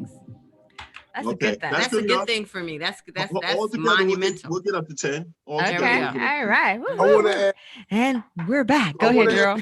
Let me ask Sherry something though. Shelly. You can never say her name. Why is that? Sherry. He's been on the show for like 6 months, right? Exactly. What is that? What is that? Would you want to know why? Why you can't say Shelly? Is that why? What we want to know? Yes. Why can't you say it? Because she's Thank mine you, baby. or more. Ah. She's mine more. Look Good, at good her. comeback, Tap. Me She's or more. always good with the words. Shelly, Me or more. Shelly, Can't stand it. Shelly, check it out. You wouldn't like if a guy came up to you in a mask while you was in the store and he was kind of handsome prior to mask, you wouldn't talk to him during the COVID season? He's a nice guy. Oh yeah, we could Skype. Yeah, we could Skype. Okay, he got a He's got a 401k, 401k, Shelly. A plentiful 401k. It's bountiful. That's what I said. We could Skype. And he's got nice Oh, teeth. the Skype date? Yeah, we Oh, could. And nice shoes, Shell. He got nice shoes. I know And the what. shoes I- work. you know And what big it is? feet. I guess I had Not COVID. dating. You know what, y'all? Size 15. I'm a dirt bag because I had COVID already. I had COVID, so I ain't scared. She ain't messing with you, Tap. Hey, Lori, what are your All 5? right, What are your let's 6? go with those answers. Turn on. Okay. Okay. I just want to say, Gerald, you can get COVID again, right? Yeah. Is that Yes, right, you can. Tanya? They're not Yeah, sure. They're not so- sure. They're No, not yes, sure. you can. I think you can I get it think you again. can. So you need to be Yes, you mindful. can, Tap. You can get it I again. believe you We're just gonna can. preach that it don't happen. Yeah, we're gonna pray that I doesn't know happen for a again. fact. Okay, back to the relationships. Here we go. Who's gonna go first? Kill the music. Lori. Oh, you want me to go first? I feel like I'm always going Yes. first. But here we go. Here's my list. Okay. The first thing that I want is communication. I think I have made that evident on the show You made tonight. that evident. Right, I Made have. Okay. The next thing is I want support from him, right? Yeah. And I put emotional in parentheses there. I think the other thing I want is security. Mhm. And then I want a partner to help me rear my children, our grandchildren now. I want honesty and I want encouragement. Those are my 6. Those are great. Those are Those are Anybody great. else want to add to that list? I can't hear you. What'd you say, Troy? Anybody else want to add to that list? I'm going to add to the list. I want you to talk to me, communicate, That's what I said. be nice, and cooperate. Act right. That's simple. That's pretty much easy. You should have no problems. One would think. Tanya, Now- you want to add to that list, Tanya, Michelle? I think Please. Shelly was getting ready to say something. Shelly. Shelly, you want Oh, to no, add to I'm that? listening. Go ahead. I think No, I don't like Jeopardy. you want him to be a I know. to be a Go listener. ahead, show. Be a listener. That's a Yeah. good one. Be a listener. To have compassion, right? Have compassion, to be a listener. And to be fun. I like fun. I'm going to add that to my list. Jackie. Fun. Fun. Entertainer. So I guess you could probably see what we're lacking over here, Troy, based on what we I can't wait to hear, Troy. What are we lacking? So Shelly didn't so- add hers yet. Shelly didn't add hers. Shelly, what's on your list? I think you guys pretty much said my list. I had 10. So Oh, you I'm- did? Let's hear them. which one's they missing? I think communicate is number 1. I like that one that you had, Lori. So that was my number 1. Mhm. Compromise. I think that's That's a good one. Write that one down. compromise because there's going to be some things that she likes to do that you may not care for, and vice versa. There may be some things that he likes to do that she doesn't. But I think if you compromise, I think that's the key to a relationship. I expect him to protect me, to profess, of course, and to provide. I don't mean by supporting me with money. When I say provide, I mean provide me the support that I need, provide me the more so emotional, like you said, Lori, emotional, that's probably what it is, but more emotional support, or anything that I want to do. Maybe I want to be a doctor. I would want him to fully support me in that. So that's what I mean by support, not necessarily money. He does have to be honest, because character is is everything. Character is very important. The type of person you are, and being compassionate. That's important, because Donald Trump taught me a lot about being compassionate. So I said, I got to make sure that's on my list. And security. Those are the things that I had on my list. I think I told you all 10. Yeah, I think you all got good answers, but you're leaving out things that are kind of like, I think most of the people in the chat are like, yeah, right, because you left out sex. One, did anybody say sex? That's a given. Yeah, not really, because some men lack that power at an older age. So you expecting certain things, but people do change. They may not be as attractive. You didn't say anything about I don't think you said anything about his looks. Oh yeah, his teeth have to be. Yeah, you can't have no jacked up teeth. So I just want to add. So you're going to add those to the list. You can add those to the list. I think looks are fine, because you got to get to the guy, right? You got to. I mean, are you talking like you want to get banged out like 3 times a week, 6 times a week? How much you want the D? Is that kind of where we're going with the vitamin D? Is that where we're going with this one? Yes, exactly. Okay. Sex is important. Sometimes there we go. Sex is very important. Otherwise, it wouldn't even say in the Bible that man's, 3 to 4 like I said, with a man's body belongs 3 to 4 times a week, Tanya. He said, "Oh my God." Okay, I said he was laughing his butt off. Okay. What? Okay. It's Yikes Radio. Yes, Rashid. Okay, so now what we cannot have is having the D be the deciding factor, the D or the P being the deciding factor, because if that's the only reason that you are in a relationship in the first place, that relationship is not going to work out, because you have then become the person on the side. Remember there was side. What was it? A relationship assistant. Remember that, ladies? A relationship assistant. There we go. So sex should not be counted in one of the 10. The total number of bang outs per week. And then after you get a certain age, if they can't fulfill that bang out quota, are you allowed for a relationship assistance to hit the spot the same amount of time? Now, Troy, do you have a you really want to answer that? Yes, please. Just violated. The Ten Commandments told me. The 10 Commandments could answer that for you. There's only 10 of them. Thou should not commit adultery. No. But hold on. Another man. I'm 60 years old. Hold on. You want to bring another man or a woman into that relationship? I'm ready to fill the bang out quota. Let me hit you with this real quick. If you bring another man, but why are you putting a gender to the assistant? No, I'm saying if you're a man, if you're a man, you want a woman. And if No, that's not what I mean. Okay. Oh, why you putting a gender to it? Because it can be an item. All right, so item. Okay, you right. That's another story. We're going to talk about another partner. I don't have another partner. If you bring another partner into a relationship, into a sexual relationship, I have a question. We all know that. Okay, Troy, Tanya has a question. What's your question, T? So I think that we've given 11 or 12 answers, and you put a man answer on us with the sex thing, but that's okay. Right. Yeah, because that is a man answer. And I was gonna ask the men, their list is a lot more simpler than a woman's list. If you ask a man, I want the men to say what they're looking for in a woman. And I can't wait. wait. They would make it real short. But before I answer that, I'll tell you right now, before we go to Tapper and then looks, big booty. There you go.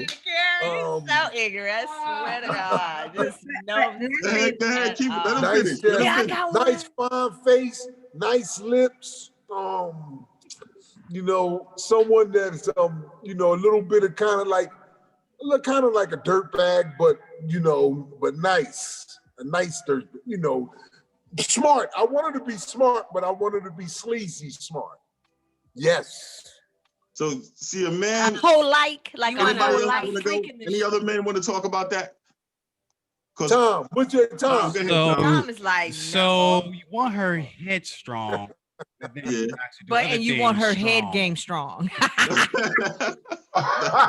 your mind out that gutter. Yeah. I like that. That helps too. That helps Troy, too. you brought that up. Wow. I just need you to be there. Tom, you've been pretty quiet. Tom, what happened? Tom, what you got? What is on your list, Tom? Well, What's on your list? For me, Tom is trying to figure out, is he really Tap's friend? so, That's my boy. I mean, at this point in my life, I really don't have a list. So That's a great I think answer. for me, obviously it's about communication, but then more importantly, it's about, I want someone who's goal oriented and wants to grow, and think of leaving something tangible behind besides money to, if you have children or family members. Because I think we all get caught up in money too much. And that's the thing that can get spent the quickest. So right. I like that, Tom. if Leaving a legacy. If you can accumulate real tangible assets, then I think you're headed to your retirement goal, because you should be able to cut your expenses where you don't need a lot of money. But if you can just keep accumulating the assets, then you're able to leave a legacy instead of some money. Leave a legacy. That's important. So I mean, that's my ultimate goal. Provided for your children's children. Amen. So I mean, that would be my ultimate goal, and that's something that I shoot for. To when I'm gone, that I've left something that means so much more than money. My whole point of this whole thing is that if you look at the man's list and you look at a woman's list, it shows you how different we are. It doesn't mean that we're better than you or you're better than us. It's just that it just shows that we got to learn. The key to a relationship is first knowledge. We got to learn about each other. We got to get knowledge. And then we got to get wisdom, because wisdom is different from knowledge, right? Because wisdom is how to use that knowledge, right? So we got to know how to say certain things once we get, the knowledge. And another key to a relationship, I think I wrote that, Ken, is to understanding, to understand each other. Understanding is really big in a relationship, and also to have truthful. Yeah. And I believe that's where we have to meet within the middle and actually create an actual partnership, because we could come at it from different ideologies, but as long as we're actually able to meet within the middle and actually talk things out and compromise where compromises need to be made, then I believe wholeheartedly that relationships can most definitely work out.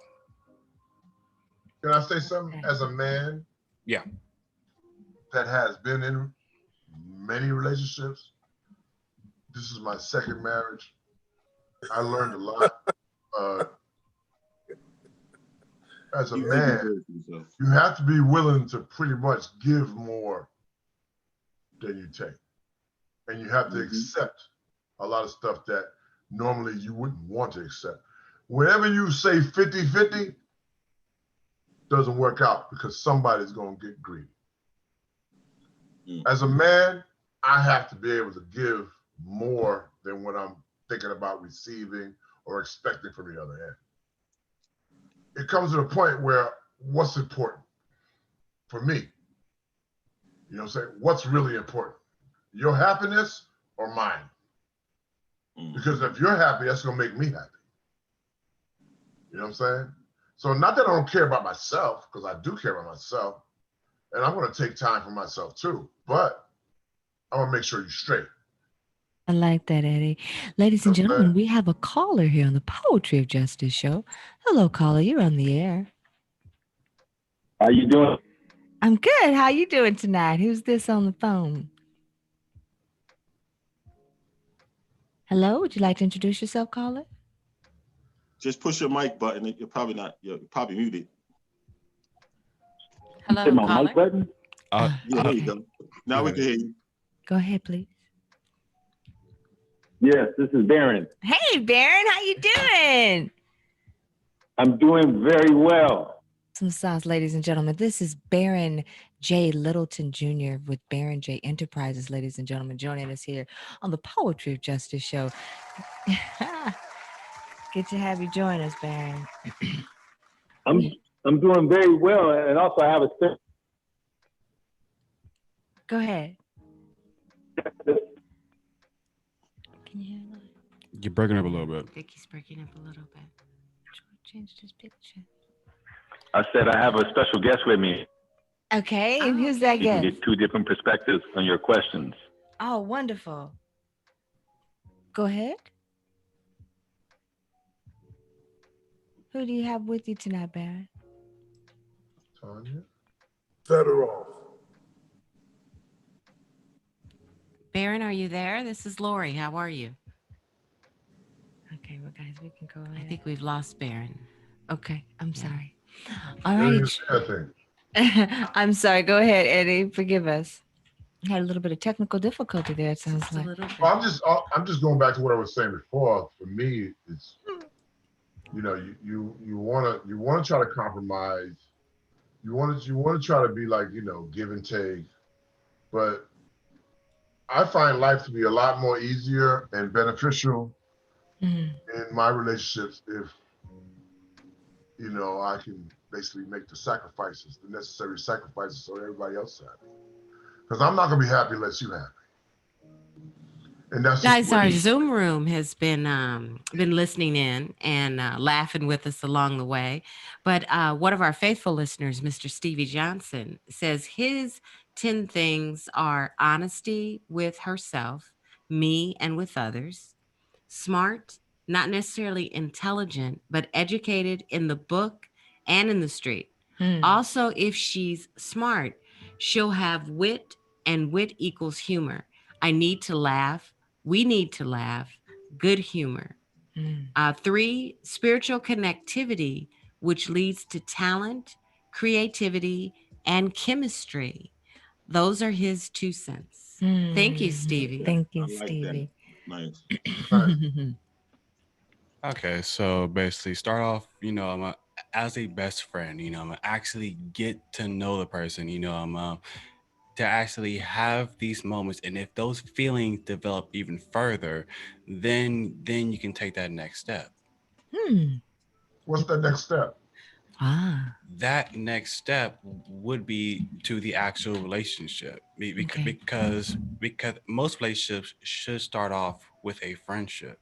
Right. To actually get to know each other the right way, and then from that point you start an actual relationship to actually see if things will actually work out, if those feelings are true. Right. And then once you get to that point where you believe this person, and it's vice versa, that you believe that they are the one, then and only then can you actually talk about marriage. Because nowadays people rush into the idea of marriage. Marriage has always just been about, it's this big celebration, like my dream wedding, but you don't look at what happens next. After, remember that? We had a friend like that. She that. was so engrossed in the wedding that literally after they got married and she came back from her honeymoon, she was like, what am I supposed to do now? I'm like, you go with your husband. She said, but I don't want to go live with him.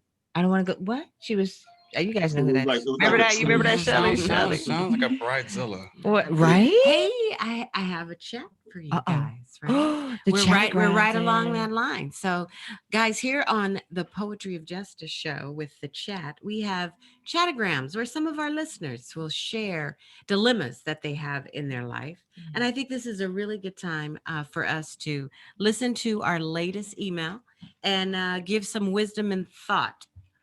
So here we go. Okay. I am a 25-year-old Black female that is in my first mixed race relationship. Okay. My boyfriend is white. He will get, they get along great. I believe he respects me and my culture. With COVID-19, we spend a great deal of time at home. So we begin to engage in role play to add excitement to our relationship. The other night, it was his turn to suggest roles. He introduced a role of the plantation owner and the I knew that was coming. I knew it was going to be a little crazy. the plantation owner and the house mammy. Hold on. Set in the deep South with accents and all. This took me by surprise, and I immediately told him I was getting sick and I couldn't play the game. Oh, However, I'm glad. he I'm glad you reintroduced this topic, and I'm not sure how I feel about it. Wow. Do you think my love is a racist, or should I be the household man? Yikesradio.com. Sign confused. Panel. Wow. I want to start with Tom. Tom, please give us your input on that. I mean, that one's pretty clear. That's probably the way he was raised again. So it's all about environment. So someone in his family has those thoughts, and that's just in them, and that's going to be like, I'm from the streets. I grew up in the streets, so that's never going to leave me. So when something happens, I'm going to react by what I know. Despite the success I've had, when something happens, I will revert back to those streets. You know what I mean? So that was my biggest difficulty as you get more successful. When a white person says something that I take a certain way, it's hard for me not to react the way I know how to react. So I don't want to talk about it. I want to punch you in your face. So that's just the way I was raised. So, it takes time for you to get over that. So obviously that's the way he was raised. And maybe they even joke with him at what his parents or his older brother or family member says, He was raised with a mammy? That sounds like some extreme I type don't of say he was BDSM raised with play. a nanny, but he's been versed on that. So this is he a has very knowledge of that. You have something to I got a comment for the caller. Wait a minute, I have a question. So Tom, does that mean, like, since you were raised in the streets, like your role play is like a pimp in a hoe, or like a? No, I mean, so They're just like Trixie and no. I mean, that's just for him. I'm just saying. What, however you was raised will come out you. It just came out of him on the road path. Your role play based on how you was raised, Tom. Huh? He on that sugar free. Sugar free. Like I said, some extreme BDSM. Yo, you brought up an interesting point, bro. Troy, you had something you were going to... Let my man answer the question. My comment brought up an interesting point based on, because like I said before, environment. I don't know. Right? Let me get my comment. That's how he was my comment is this. That might have been how he was raised. But let my man answer the question. Me personally, I don't have a problem with white people. I know where they stand. I know why. The problem I got is with my own people. We have so much hatred towards each other. It's unprecedented. And I'm looking at it now, today, even to this day. We be hating on each other hard, man. We ain't lying sometimes. You know what I'm saying? Like, forget white people. I already know where they stand. I know where I stand. The uneducated and ignorant ones. Whatever they say ain't gonna get me to react because you call me a nigga. I ain't no nigga. But in the now, can I get the comment? Can I get my comment for the caller who had a boyfriend who was a white guy who had this fantasy? My comment is 2 words. It's from a movie. It's called Get Out. 1. And you need to tell that man, you got to educate him and let him know that you are a queen. You were the first woman on the planet. If you go, science proves that women are queens, a black woman are queens. And he needs to know that. He needs to learn his history. Black people were teaching them, Eddie Blair knows about this. Black people were teaching white people how to wash their butts and clean up after themselves because they were sleeping with the animals at the time. We're the authors of mathematics and science. So he needs to know the true history. His history is only what white man has taught him that White men built everything. They did everything. They did every single accomplishment was, given to a white man. Black people done a lot more than what he knows. He needs to be educated. Story. It's his story. Literally. Thank you, lady. For sure. Wow. But I don't know. Are we telling her that she should engage in the role play or not? No. Shelly, what do you think, Shelly? Troy says engage in the role play and then whoop his ass. You don't take us back to that. No way. We can't go backwards. We trying to go forwards, and that's going backwards. He's trying to take her. So it says to me, consciously, he knows that he wants to be what you think I want a man that wants to dominate a woman. I'm not about that. I think a woman's a queen. Now, he doesn't think that a woman is a queen. He thinks it's a woman that's something, especially a black woman, is something that he wants to and slay. Role play. It's a fantasy. That man want that Rihanna 6 inch stones and break my bones, but chains and whips excite me. What do you think, Shelly C? All reality started from a dream. Fantasy's a dream. Reality starts from a dream. Say it again, Shelly. I think she needs to make her expectations clear. Clearly, he does not know her expectations, and for her to even be considering it, he could throw it her way. Maybe I'm too strong in being a woman, but you wouldn't present nothing like that to me. I don't care if you are. Of course not. You would not. We all know that. I think that's why she signed her letter confused. If you're confused, you need to make your expectations clear. She hasn't made her expectations clear, because to me that's disrespectful for him to even come with that on role play. Out of all the things you could be, you want to be a massa. He could have did Bonnie and Clyde. He could have did Adam and Eve. Yeah, but they was both white. I have a problem with that. He could have been an Indian and a settler. I'm sure he had a camera in the closet. So he could show it to his friends afterwards too. So be very careful with that. She needs to make her expectations clear. If she's okay with being a slave, then be a slave. Shut up, Shelly. See, I cannot. I mean, that's why you had BDS. But Shelly, you would be a slave for a black man, wouldn't you, babe? With me. Take my white master, no. That's a white master. No, not for a white man. I'm saying. He's saying I was thinking like whips and chains and stuff like that. He's thinking some crazy S&M. That's our next show topic, ladies and gentlemen. We're going to be talking about bondage. That's it. That's the next show. I hope you guys all sign up for it. I will be here. I advise all you to do the same. Yes, come back. I have a question. Yes. So I think what Tat was saying is, if we were role playing and that was a black man and a black woman, because a part of role playing is one is more dominant than the other, would it still be a problem? Or is it the master slave role that's the problem? Or because he was white? It's the master slave role, period. We could do it. You could be dominant in all kinds of other situations, but not as my slave. Maybe they ran out of roles. Who knows? Well, okay, well then I'm not a master. I'm not a master slave. Then what do you call the Japanese? The geisha or the geisha girl? Geisha girl. Geisha girl.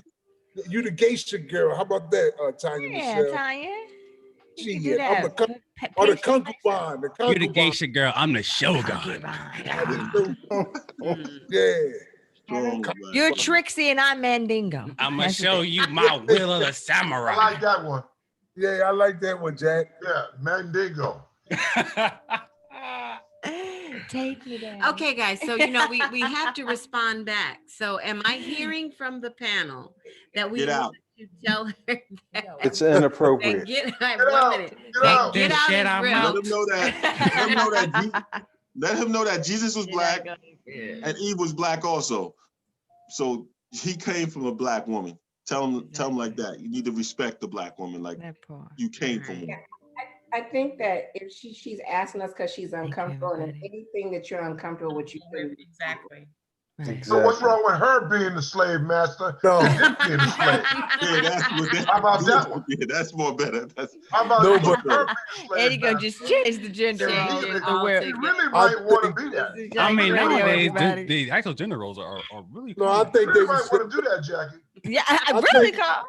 He might want to be sodomized and all that. He No, might- really, we're Wow. gonna do a show on that. Let's do it. He Y'all down? might want that. I think a I'm lot- down. You coming back, Troy? You coming back with us? Nah, want you that can leave me thing? out of that freaky stuff. I like the Yeah, regular call me stuff. next week. He I'll said be the there. regular stuff, not just for that show. You come for the regular stuff. Freaky. Yeah, I ain't working on the weekends now because they close the clubs at 10. Wait a minute, hold up, Troy.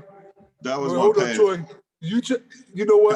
Captain Troy knows said about it my clean past. stuff, good clean stuff. That's what Troy said. Good clean. Listen, listen, Bible says listen. marriage bed is I ain't gonna blow nobody's spot up, but my man Troy, he's a good. You know him. He grew up. But listen, I remember the time we was freaky and deaky and all day Yes, long. exactly. So And We you don't want to go there. in a it's marriage. all good. You can still You be know- in a marriage. Don't nobody Yeah, want in the marriage, yeah. good You and know, Yeah. one thing I want to say before we get offline is this is very important that for all the listeners that when the Bible says when two become one, when you have sex and you become one, that goes for every man that you slept with, every woman that you slept with. That so, especially the guys, don't think that since you conquered all. We've been taught as young men to sleep with as many girls as you can to get more points. And I fell into that trap, slept with a lot of women, but I did not know. If they would have told me this when I was younger, and I tell this to the young people I talk to, every person that you sleep with, it's not just the physical you have to deal with, it's the spiritual that links on, that ties on to you. So if that person's wicked and has evil and slept with evil people that have a lot of demons in them, it will latch on to you. That's why you will start thinking crazy thoughts. So it's very important to choose who you sleep with. Yo, man, listen. You gonna make me not want none. Man, go ahead with that. I should have told you this a long time ago, 20 years ago. But yeah, so when you sleep with people, a man gives you his DNA. You become one with that person. This is not when Bible says that, it's not something that you're thinking of it all wrong. You actually become one. Is that why I got 100 personalities? Yes, exactly. That's why you got 100 personalities. 15,000. So you take a little bit of that person. You're not supposed to have sex until you're married. Gosh, well, guys, we have had a wonderful not- time here. JackieRay.com. Look at the clock, y'all. It's Look at after it. 8, guys. We're kicked off air. There we go. We had a good time. Great I had time. my homies God came bless in you and guys. blessed the Thanks for joint hanging tonight. out. Yes, you This was did. nice. Thank Yeah. you so much, Tom. Thank Thank you. you All right, it's so nice much, meeting Troy. everybody. Thank you Nice so meeting much, you, Eddie Tom. Blair, Thank for you. coming back Lovely with meeting us. you ladies. Yay. Thank you, Eddie. It's been a wonderful time. Thank you so Good much. seeing you guys. And It's thank good you, to see Troy. you All too. of you. You guys do Thank good. you. I'm glad to be here. Okay, well, we So doing will it you again. guys come back and Stay join us safe. on another topic? Wear your My mask. man and Troy. your gloves. Troy, you coming back? Absolutely, like you always say, absolutely.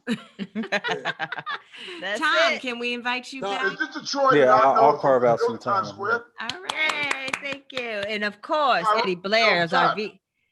Is this the Troy I know from the Hill Times Square? I'm not that guy no more. I've been telling Cap, I've been trying to change Cap too. Yo, Is this You the been Troy trying that to I used to work change with? yeah, that's Troy, man. We This gotta the Troy go. with the motorcycle? Yo, Troy, what up, man? Ah, I gave see? that up. This Once is I where had we my are. daughter, I gave all that up. But that's the Troy from Yonkers. That's the Troy, Hill Times Yeah, Square. that's Troy from Yonkers. That's Oh, Troy, man, Troy. what up, man? All right, Who you think Jerry. I I'll was? see everybody later.